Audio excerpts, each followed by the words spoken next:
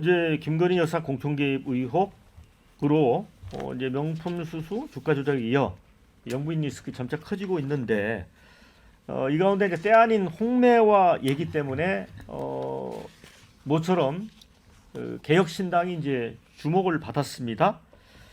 이 김여사 공천 개입 의혹에 연루된 명태균 씨가 이 깜깜한 새벽녘에 이 칠불사에서 홍매화 심느라고 삽질하는 천하람 개혁신당 의원, 그리고 이제 이준석 의원은 뒤에서 코를 파고 있었어요. 그런 사진을 봤는데 이게 이제 주술 논란으로까지 이제 번졌고, 또 최근에는 아시겠지만 이제 허은하 대표가 되는 과정에서 이 두 의원이 사실 이기인 후보를 밀었다. 그래서 이제 불화설이 나오면서 최근에 어떤 그 언론 제보에 허은하 대표가 측근이 관여된 게 아니냐라는 그런 논란까지 일어나면서, 허은하 대표는 또 이 대통령실의 의혹을 덮기 위해서 이런 어떤 정치 공격적인 행태다라고 굉장히 혼란스럽거든요. 이영길 기자, 이거는 어떻게 보세요? 제가 공교롭게 지난주 초에 이 천하람 의원하고 약속이 돼 있었어요. 식사 자리가 약속이 돼 있었는데 그날 또 이 사진이 공개가 된 거예요. 이른바 이 칠불사. 칠불사에 홍매화를 심는. 그래서 이제 그 자리에 가서 이제 물어보려고 준비를 다 하고 있는데 보좌관이 전화가 와서 그 이야기 좀 안 물어보면 안 되냐. 네.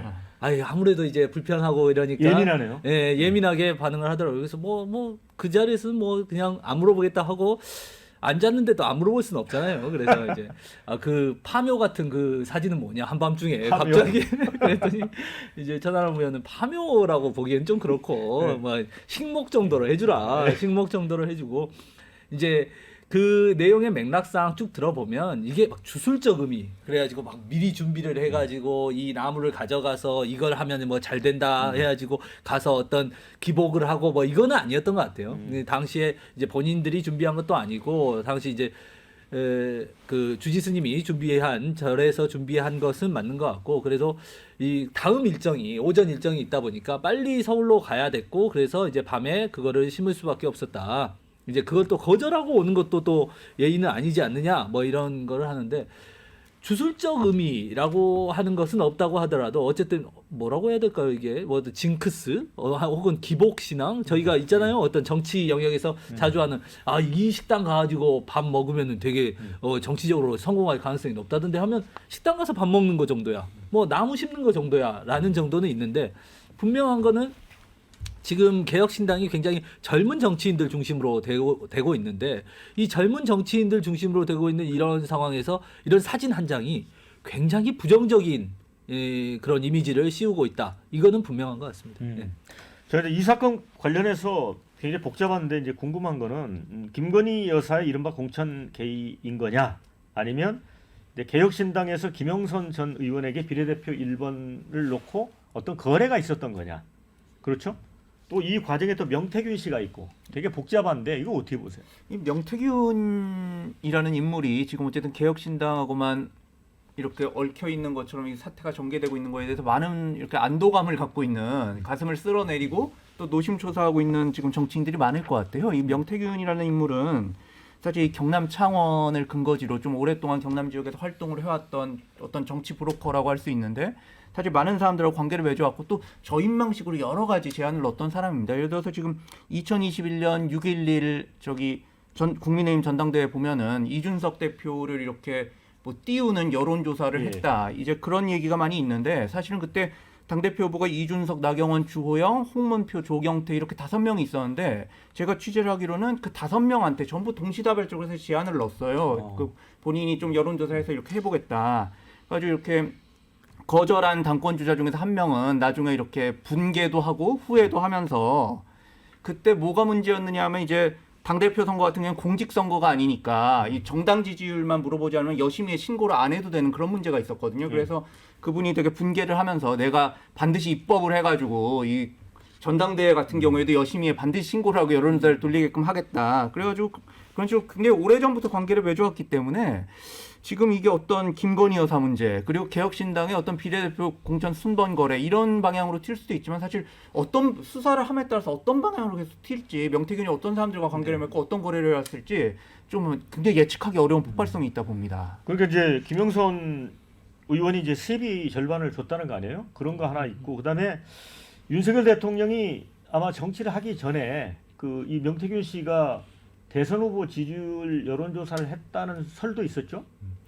좀 여러 가지 아직 이제 의혹 과정이라서 조금 그런데 지금 여권 여당이나 뭐 용산 쪽에서 고루 들어봤을 때 나오는 얘기는 이 명태균 씨가 예를 들자면 이제 여론조사 같은 게 있을 때 굉장히 컨설팅을 잘한다라는 거예요. 뭐 하는 얘기들은 뭐냐면 그냥 저희가 들으면 잘 무슨 얘기인지 모르는데 적합도 조사냐 뭐 경쟁도 조사냐 뭐 이런 것들을 가지고 막 후보 간에 다투잖아요. 그때 이걸 가지고 와서 이걸로 하면 당신이 이길 수 있다. 이런 답을 되게 명쾌하게 잘 내준다라는 거예요. 그래서 그런 컨설팅을 쭉 많이 해왔고 이 과정에 이준석 대표가 당선되는 과정에서도 일부 관여가 좀 있었던 걸로 보이고 그러다 보니까 지금 나오는 얘기들은 이준석 의원이 생각보다 굉장히 강하게 반응을 좀 반박을 안 하고 있는 그런 그림들도 좀 있거든요.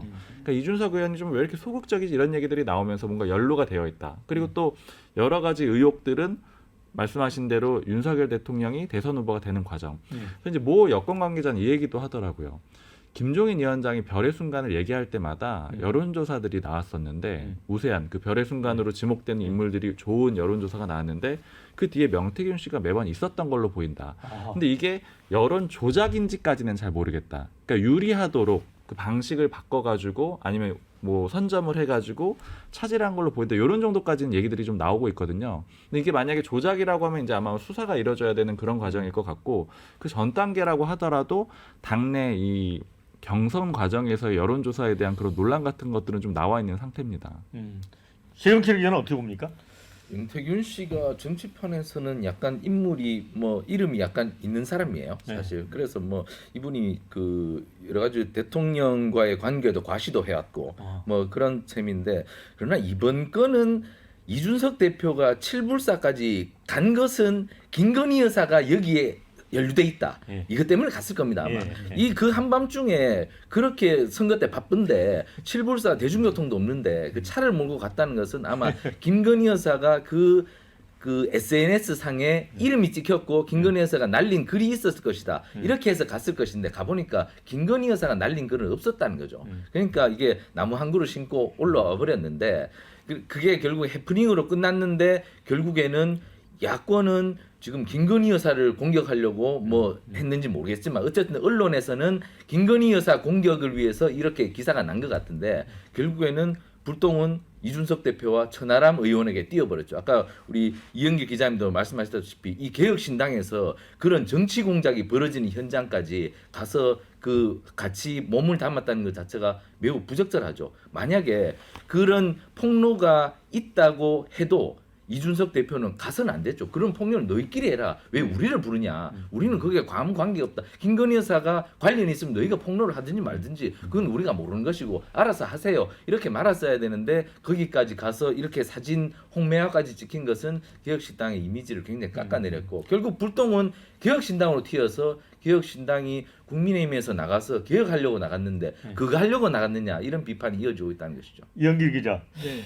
그래서 그런지 이제 언론 노출도가 꽤나 있는 분들이 이제 이준석, 천하람 의원인데 요즘 신문 방송에서 좀 찾아보기 어렵더라고요. 이른바 본인들 스스로가 그런 이제 언론인들 모임도 잘 안 나가고 있고 방송 인터뷰도 지금 다 이렇게 거절하고 있는 그런 상황이라고 합니다. 그러니까 이게 뭐 피할 수 없는 어떤 그 자충수에 걸려서 내가 이걸 이게 반박할 수가 없다 이런 상황은 아닌 것 같고요. 반박은 할 수는 있는데 이게 하면 할수록 더 수렁에 빠져드는 그런 거 있지 않습니까? 우리가 왜 뭐 빨간색 양말을 신으면 되게 운수가 좋다 그래가지고 시험 보기 전에 이렇게 빨간색 양말을 신고 왔는데 사람들이 그걸 본 거예요. 근데 그게 이제 우리가 박근혜 전 대통령 사태 이후에 어떤 주술적인 의미라든지 이런 것들에 대해서 굉장히 우리가 정치 영역에서 있어서는 안 될 것이라고 우리 선을 긋고 있는데 그 젊은 정당이 젊은 정치인들이 모여서 새로운 정치를 해보겠다고 하는데 그 정치인들이 그런 모습을 보였다고 하니까 이 본인들이 항변하기에도 좀 모양이 빠지고 이런 상황인 것 같습니다. 그래서 최대한 잊혀지길 바라는 것 같고 그래서 이제 마지막으로 이제 개혁신당에서 이제 이야기한 게 있어요. 이 모든 것들이 다 끝나고 나면 그래도 기성 정당들보다 우리가 더 깨끗하다는 그것만은 우리가 남기고 싶다. 근데 이런 이제 말을 하더라고요. 네, 이제 이 과정에서 의외의 또 승자가 있습니다. 네, 개혁신당 이슈 때문에 김건희 여사 공천 개입은 약간 희석되는 것처럼.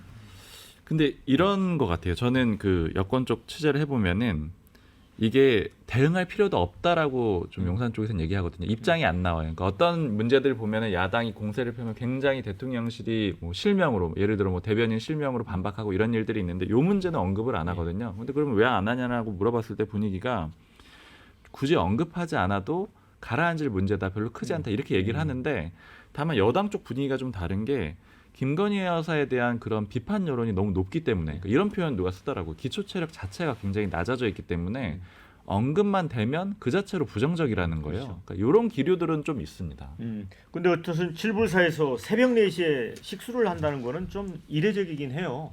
이게. 굉장히 우리 유권자들이 또 이 정치의 지금 수준과 상황에 대해서 굉장히 놀라고 또 실망하셨을 것 같고 굉장히 어떻게 보면 사찰에서 심야에 만나서 이 정치 논의를 하고 뭐 비례대표 순번을 논의하고 무슨 또 칠불사 아자방의 기운을 받는다고 이렇게 어떤 스님의 요청에 기념식수를 하고 돌아온다. 이게 굉장히 중세적인 모습이기 때문에 사실은 그래가지고 이 명 씨에 대해서도 어떤 역술인이 아니냐 뭐 그런 소문까지 돌 정도로 뭐 제가 알기로는 그분은 이렇게 역술인하고는 전혀 무관한 인물이지만 예.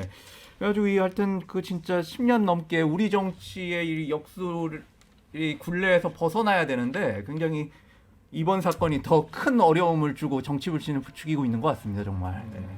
그래서 이제 뭐 칠불사에 대해서 또 이상하게 이렇게 비판적인 시각으로 보는 사람들이 있어서 대한 조계종이 그 조계종에 속해 있는 어느 그 절에 말싸더라고요. 그러니까 굉장히 그 문제가 없는 절입니다. 이 부분 말씀드리고